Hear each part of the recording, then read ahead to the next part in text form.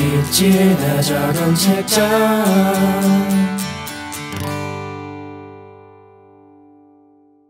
누적 수익률 2만 %. 잘못 본 게 아니다. 영혼의 투자자라고 불리는 투자의 대가 존 템플턴의 누적 수익률이다. 존 템플턴은 1912년 미국 남부의 작은 마을에서 태어났다.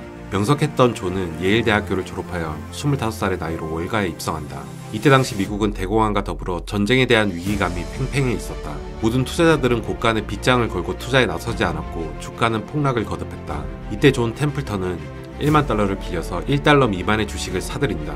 그가 투자한 종목은 104개였으며 그 중에 37개 종목은 이미 파산 직전의 상태였다. 모두 위험하다고 외칠 때 저가주에 투자한 그의 배짱엔 이유가 있었다. 월가에 입성하기 전 존 템플턴은 대학을 졸업하고 세계 이곳저곳을 여행했다. 그 중에 베를린도 있었는데 존은 그곳에서 만연한 나치주의를 목격했다. 이러한 나치주의 때문에 반드시 전쟁이 일어날 것이라고 확신했으며 전쟁으로 인한 군수 물자의 수요 증가가 대공황의 탈출구로 적용하리라고 판단했던 것이다. 그의 생각대로 전쟁이 일어나면서 미국의 경기는 급격히 살아났고 투자 1년 만에 4만 달러를 벌게 된다. 침체된 시장이 투자의 적기라는 존 템플턴의 투자 철학이 빛을 발한 순간이다. 이후 존은 자신의 이름을 딴 템플턴 그로스 펀드를 설립하여 본격적인 가치 투자가의 행보를 이어간다. 남다른 배짱으로 큰 수익을 올린 그의 다음 투자처는 일본이었다. 당시 전쟁으로 초토화된 일본은 모든 경제가 묶여 있었다. 재건에 들어가는 막대한 자본을 위해서 일본 정부는 외국인 투자를 유치하는 한편 외국인들이 투자금을 회수하지 못하도록 했다. 월스트리트의 투자자들은 일본 경제에 대한 정보가 불분명하고 성공해도 투자금을 회수하지 못하겠다는 생각에 일본 시장을 외면했다. 그러나 그는 직접 일본 기업들에 대해 연구하여 대부분의 기업들이 유망하다고 생각했다. 특히 그는 일본을 여행하면서 일본인들이 매우 근면하고 저축 성향도 높다는 것을 느꼈다. 그렇게 일본이 좋은 투자처라고 생각하고 일본의 우량 기업들을 사들이기 시작한다. 얼마 후 미국은 스태그플레이션과 80년대 오일 쇼크의 직격탄을 맞으며 수렁에 빠졌지만 일본 경제는 미국을 위협할 정도로 성장했다. 미국 주식은 끝장났다는 뉴스가 쏟아졌고 투자자들은 부랴부랴 짐을 싸서 일본 기업에 투자했다. 그때 존은 다른 투자자들의 매수세에 일본의 투자금을 회수해 미국으로 돌아왔다. 그가 떠나자 일본 증시는 장기 불황이 닥쳤고 미국 증시는 다시 기지개를 펴기 시작했다. 그 후 존이 발견한 또 다른 태양은 한국이었다.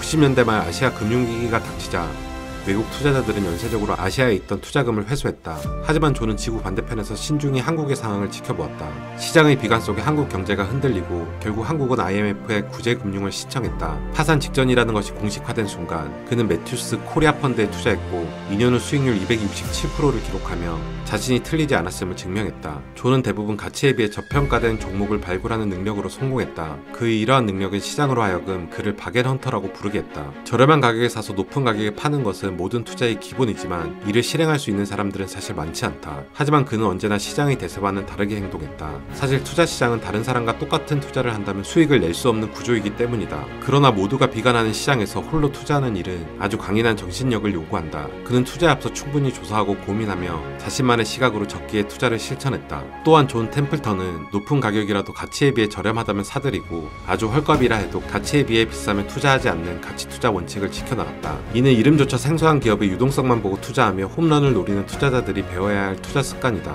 모든 주식의 가격은 결국 기업에 내재된 가치에 연관이 있기 때문이다. 그리고 존은 자신의 먹잇감을 바닥에서 찾는다. 아무도 쳐다보지 않으면 소위 잡주로 취급하는 기업 가운데 알토란 같은 가치를 숨기고 도약을 시작하는 기업들이 있다. 존 템플턴의 또 다른 별명이 투자계의 콜럼버스인 이유도 저평가된 시장을 개척하고 발굴하는 데 앞장섰기 때문이다. 사실 대부분의 개인 투자자들은 기업에 대한 가치평가보다는 커뮤니티와 언론에 펼쳐진 많은 잘못된 정보로 투자를 한다. 우리와 다르게 존 템플턴이 투자로 많은 돈을 벌 수 있었던 것은 자신이 스스로 시장의 가치와 기업 가치를 평가했기 때문이다. 그는 또한 훌륭한 사회운동가로서 최고의 신학대학으로 꼽히는 프린스턴 신학대학 총장으로 재임하며 교육에 헌신하였고 존 템플턴 재단을 설립하여 인류 사회에 이바지할 다양한 연구를 지원하였다. 그리고 평소 노벨상에 종교 부분이 없는 것을 아쉬워하며 템플턴상을 제정하였다. 전 세계의 종교인에게 수여되며 종교계의 노벨상이라고 불리는 템플턴상은 현재도 유지되며 제1회 수상자는 인도의 살아있는 성자로 꼽히는 테레사 수녀가 수상하여 많은 화제를 모았다. 많은 재산을 사회에 환원하고 기부를 주저하지 않는 그는 투자 외적으로도 존경받아 마땅한 인물이다. 2008년 그의 나이 95세로 세상을 떠났다. 그는 여전히 많은 이들에게 존경받는 사회운동가이며 전세계 투자계의 스승이자 어마어마한 수익을 올린 투자자로 기억되고 있다.